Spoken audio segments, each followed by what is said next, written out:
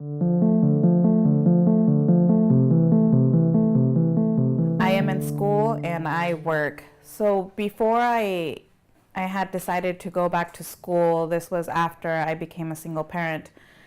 I realized that just living on a minimum wage or in a job that there wasn't much of an advance for me wasn't going to be enough for me and my daughter. So I made a very difficult decision to go back to school and work at the same time. So I currently live in Daly City, so I commute every day, and I work in Foster City. I go to school in San Mateo. And so in the mornings, I'll drive from Daly City. Traffic in the mornings, it probably takes me about an hour every morning. I come to San Mateo, and then from San Mateo, I go to Foster City. So Monday through Friday, it's about a couple of hours there and back every day.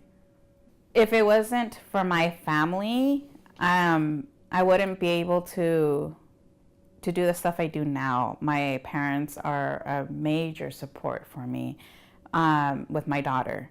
My mom helps me. She babysits her, when she's on school break or when I have to work or do anything on the weekends. When I have to go to school at night, my mom would babysit her, but she doesn't live close by, so I have to commute for that too. She lives, Pescadero, so it's a ways. Hoping, complete school, but I do want to get my master's degree in social work. So I'm currently going to school for that to become a social worker, and work with foster children. I currently volunteer for the county it's a CASA program with the foster kids. So I do that as well, just so I can do as much as I can right now and not wait until school is over with to actually start doing what I love.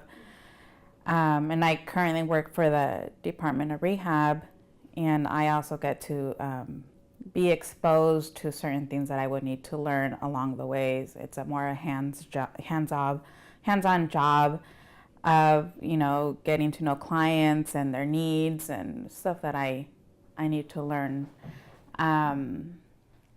But the timeline on when I wanted or when I was supposed to graduate for school has been slowed down a bit due to, personal reasons. But I'm just now getting back on track and trying to complete this because, as I take longer to get my degree, it takes longer for me to make the sufficient amount of money to provide for my daughter and I, so we don't have to live on a daily basis, check by check, and wonder if, I'm going to have enough money for gas to drive to work. I don't think my quality of life is better living in the Bay Area so much because of Silicon Valley. It's more because I was raised and my family is here, and what I'm going to school for, I feel is for social work and foster kids is really needed in the Bay Area. It's, stuff like that isn't, advertised or seen enough, but it's all around the Bay Area, and it's more like of a hidden thing. There's a lot of children that are not being seen. They get lost in the system. A lot of people that have needs. So that's why I would want to stay here, just because the help is needed in the Bay Area, but not because of Silicon Valley. Wow. I think the cost of living is one of the biggest issues in the Bay Area, because it reflects on the people that work for Silicon Valley. So it's made for people that work Silicon Valley to afford, but not everyone works in Silicon Valley. There's like me, there's like a lot of people, every person I interact with, we're paying the price for what they're making. It's difficult enough to seek that help. There's a stigma around seeking help, a bad reputation, so most don't even seek it. So it's really difficult, and it's not something to be relied or depend on but still that little boost that's there to help you get on your feet isn't much of a boost. It's I still find myself struggling.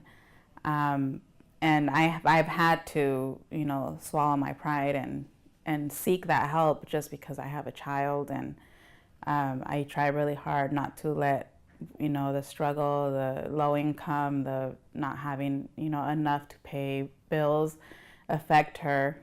But sometimes you can't, and you just got to explain, what's going on, and try to prepare her for the future, and explain to her how important it is to go to school and always, just work hard, whether it doesn't work out when you want it to work out, but just continue.